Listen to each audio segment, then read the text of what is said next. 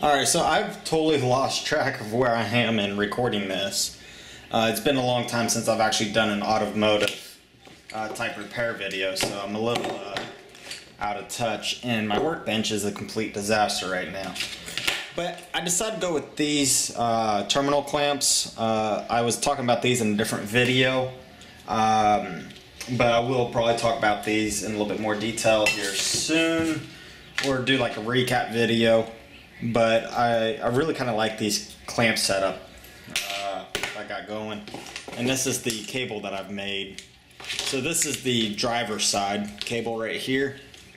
And you can see how I basically have all this in here. So this goes to the fuse box. This is the starter. I found out this goes to the starter right here. And it's actually connected to the one that's in the bottom. So there's actually not two harness plugs, there's only one. I didn't know that. The cable ended up getting cut, so I did one of these deals. I actually talked about that in a different video already, where we put one of these things on and went to town. And then this long cable right here is the crossover, and then this right here is the alternator, and then this is a relay cable. So, oh, that one's actually a little loose. So let me get that tightened before I forget about it. Alright, so that's that. The one thing that we need to do still is, these were soldered on, and we're going to clamp them down or press them. And that was one of the things I've been waiting for. It took several days for it to get here due to the whole coronavirus thing. So let's pull this box up, as my work table here is a mess. So this is a new tool that I picked up. Oh, that actually unscrews. I'll check that out later. I didn't know that unscrewed. So this is for the 2/0, although the 1/0 right here seems to be smaller.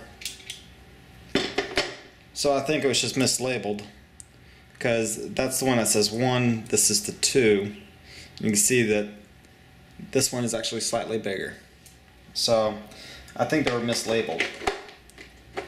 So I need the 2 for the fitting, and then it came with a bunch of other fittings. This is actually a pretty cool set. I'll put the link to Amazon in the description for you guys. But this is going to be the first time I'm going to use it, and so you guys are going to see what my thought and opinion is. So let me put this out of the way.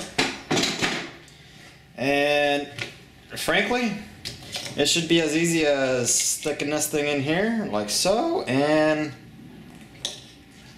pumping down on this.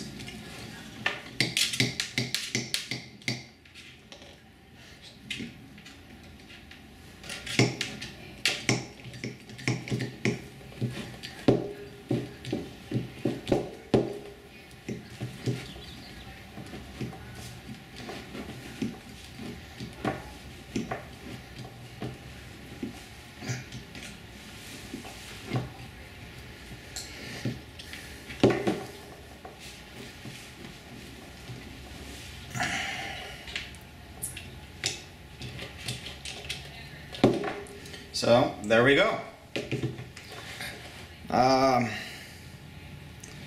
That did a pretty darn good job. No complaints. Sweet. And then the last thing we're gonna do, because I don't have any heat shrink, and I don't want to wait another day. I'm done with this build, and I want to get my truck up and running. We're just going to add a little bit of shrink wrap. I'm going to clean that off a little bit.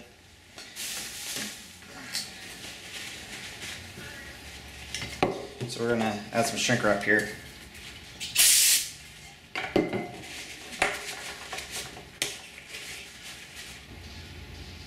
And I still got one more cable to make for today. And then after that last cable, I'll finally be done. So we're gonna slowly Get a nice few wraps on this. And then we'll run it up the cable just a little bit. Make sure it stays nice and watertight. Keep it out of that joint. Just so that keeps that wire from possibly corroding. Bring it back down.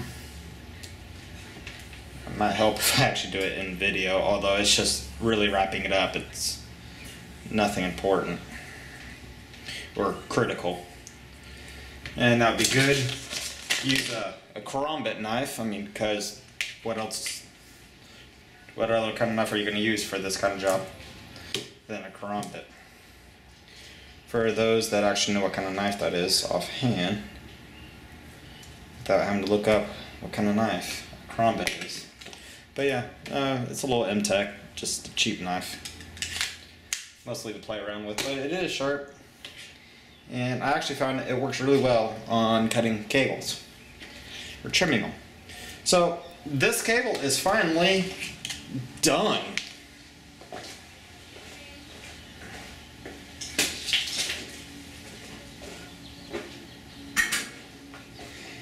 And guess what? Here's another one. So same deal. This side is the driver's side, negative. I still have to make the passenger side negative. That's the one that's not done yet. And I'll do a video on actually making that one. It's pretty straightforward, as you guys will see. Now the goop that's on here is resin, and it got discolored a little bit from heat. Now what I will do just before I put it on is just take a file and rough up the bottom, and that will help give it a really good ground connection, or just general connection. Run a half file around in there and just clean up some of the oxide. Simple. You could also do the same thing with sandpaper. Sandpaper probably actually will go quicker, but yeah. So let's get this one crimped. Same deal, just stick it in here.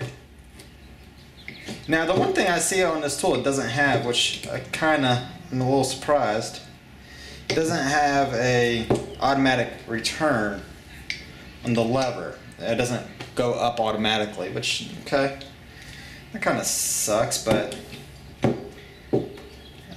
I could get past that. You just have to do it yourself.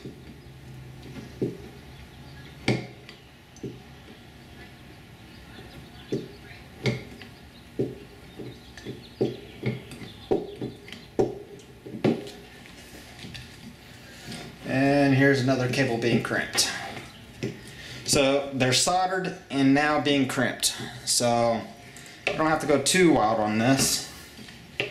Doesn't really matter that much. Just doing it for a little extra clamping, longevity.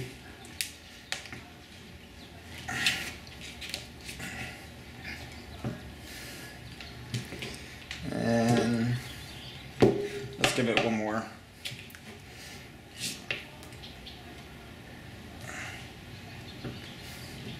Alright, let's take a look at that. Looks good. Looks really good. So put that tool up to the side. And then I'll do this one on camera. As you guys already saw, already cleaned it. So don't need to worry about trying to clean it again. And then I'm just putting a wrap or so right here. Just coming up. Keeping the electrical tape, kind of taut. And just bring it up and around this joint right here. Now, the rubber does go into the joint a little bit. And it got melted into it. So it should keep the water out fairly well with the way I did it. So the electrical tape, is it truly, required or needed? Probably not. I'm just doing it because I don't have to pull it back off the truck and do it again later. because who wants to have to do something twice, right?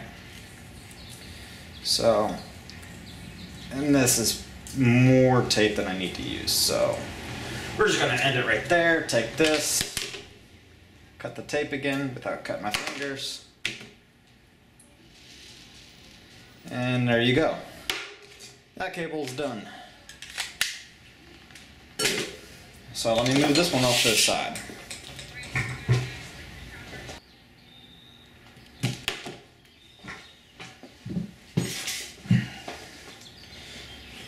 Alright, so this end has already been soldered on. So you know what we're going to do, we're going to do the same thing we've already done a few times now. Stick it in, clamp it down, compress it, and then that way we'll be done with this tool for the rest of this job.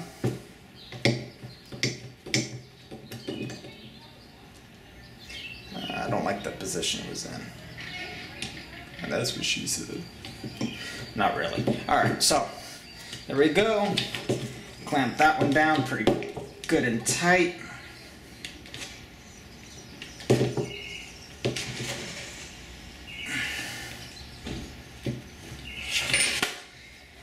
And then about something right there probably is good. Let's take a look at that. Yes, that's looking pretty. Now this one, I didn't get the best solder. You can see there's a little bit of a gap right here, so the sheath didn't melt in there like I was hoping it would. But you know what? The connection is going to be really, really strong, so that's where we're just going to rely on this to help keep the water out, keep it from corroding. Water, freezing temperatures, dirt, and God who knows what else from getting in there and causing a problem. And then in a couple months from now, I probably will take it off, sneak on some heat shrink, because this is the ground side. Even if I do it on the starter side, you know, especially if I go to change out the starter. So I cut the cables a little longer than they need to be, so I have space to cut if I need to. So this is actually off the main cable, so it's not cut yet, so you're going to see what I'm talking about. So this is the cable right here that we're looking to make. So this cable's not done yet, and we still have this cable just hanging off on the side. We're going to cut this one off right now. So we're going to get up here as close as we can, something like that, and just nip it off. So you see we got right up in there, and just cut it off. This is going to be reusable just because I'm being cheap and lazy. And then what we're going to do is measure out the length that we need. This one is about yo long, and then this cable is much longer. So easiest way to do that, guys, don't overcomplicate it, right? Just take it upside down, put eye to eye, right? You see? But you know what? Always make it a little longer than you need it. So we're going to stick it up about maybe that much higher. Come down here, and we'll cut it off right there. So see how that comes in? We'll cut it right at the end. Actually, we'll cut it right over here. Remember, we could always cut the cable shorter if we need to, but we can't make it longer. So we'll pull that one out of the way and cut it right here at the USA. As I lose tripod, put that right over there. And then this cable cuts really quite easy and nice. So this is waste. Not really waste. I could use it to make another ground cable or whatever at a later time. So let me file this expertly. Alright, just throw it over my shoulder for a second. Don't need to worry about it. Actually, I don't even need this anymore, so we'll get rid of that too. Alright, so now what we're going to do is just basically put the ends together and put it on here. You know, pretty straightforward. That's why I didn't record all the other, you know, pictures. So just kind of measure it, you know, so we want about yo much in there.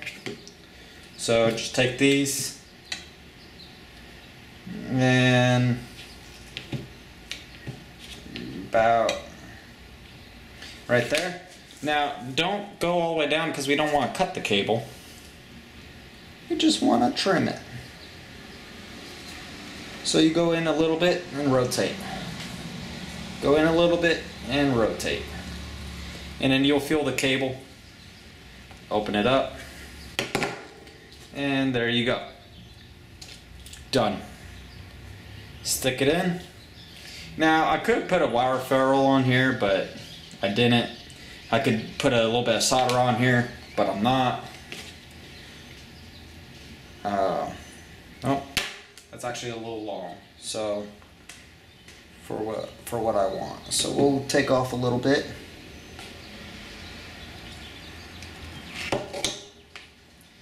Trim a little bit. Again, we could always trim more if we need to. So just take off a little bit at a time until we get the fit inside here that we're looking for. A little bit more. Because I really want the sheath to be right up on the fit and the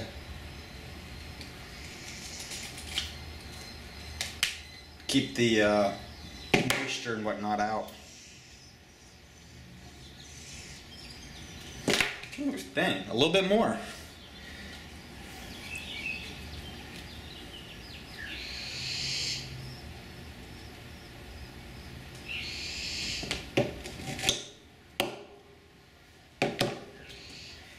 As I'm making a mess on my table full of copper. Perfect. There we go. And then simple as this.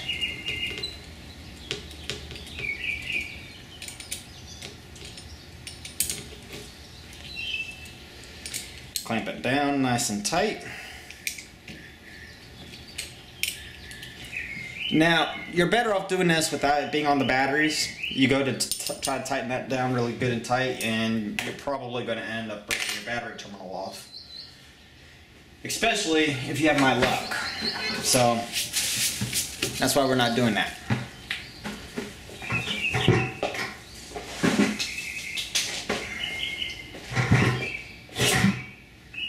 So now the next thing we need to do is take this cable and fish it up in here. So we'll get that trumpet knife that I keep putting away and keep pulling right back out. Move this right here like so. And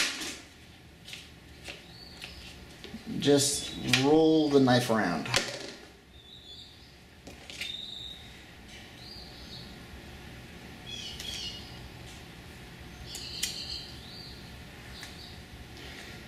Again, is this the proper knife to be using for this? Probably not, but you know what? It's what I have handy. So there we go. Take this. We're going to go into the bottom one, so we're going to take this back screw out, because the back screw is the one that goes to the bottom. And then we'll just stick that up in there like so.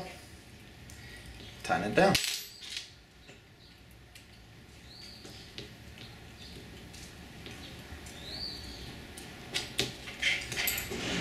And when I say tighten it down, I mean really tighten it down, because you're not going to hurt anything.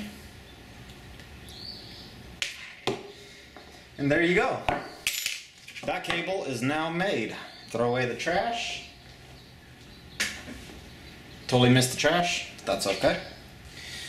And there we go. Just made that cable in not that long.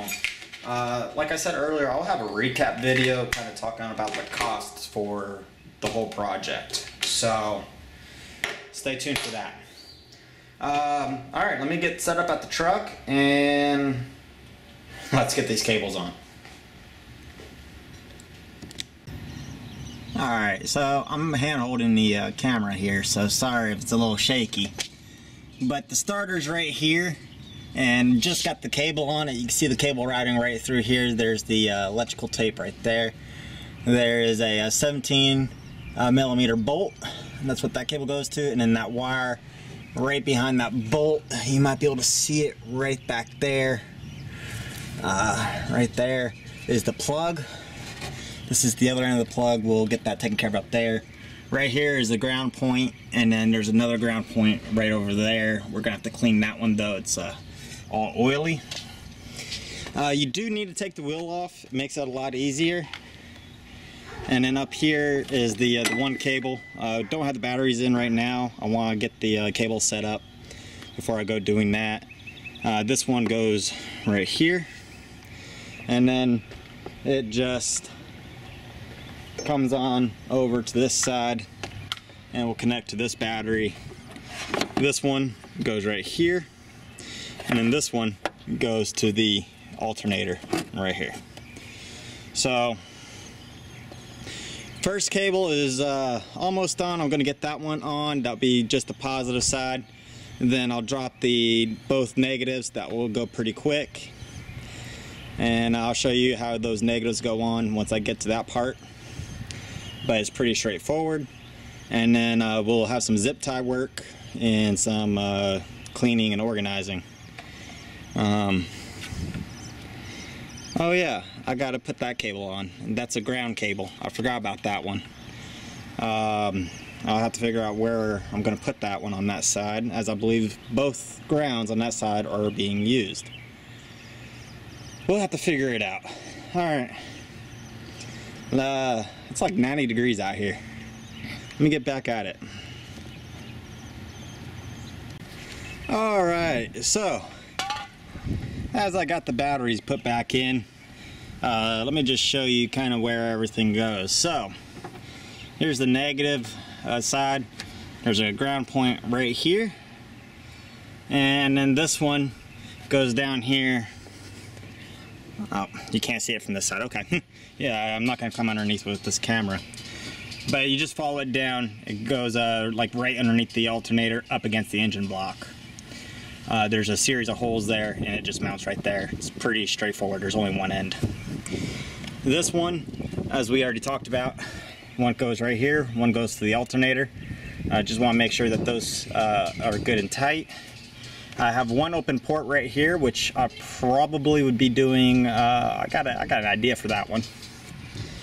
Then coming over to this side while I walk around stuff, we have one ground right there, and then we have a harness ground, and then this ground goes in right there on the frame, and then you can see where that copper is, where the other ground is.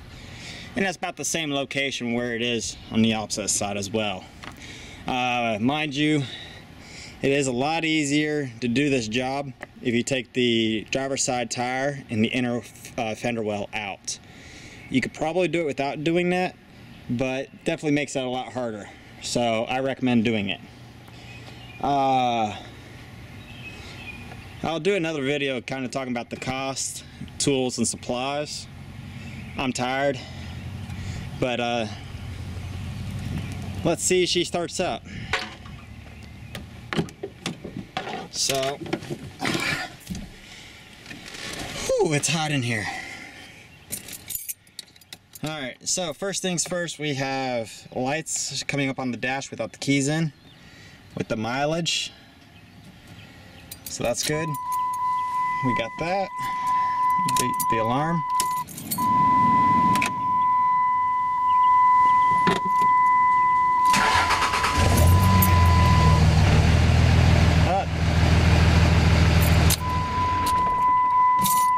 She starts right up.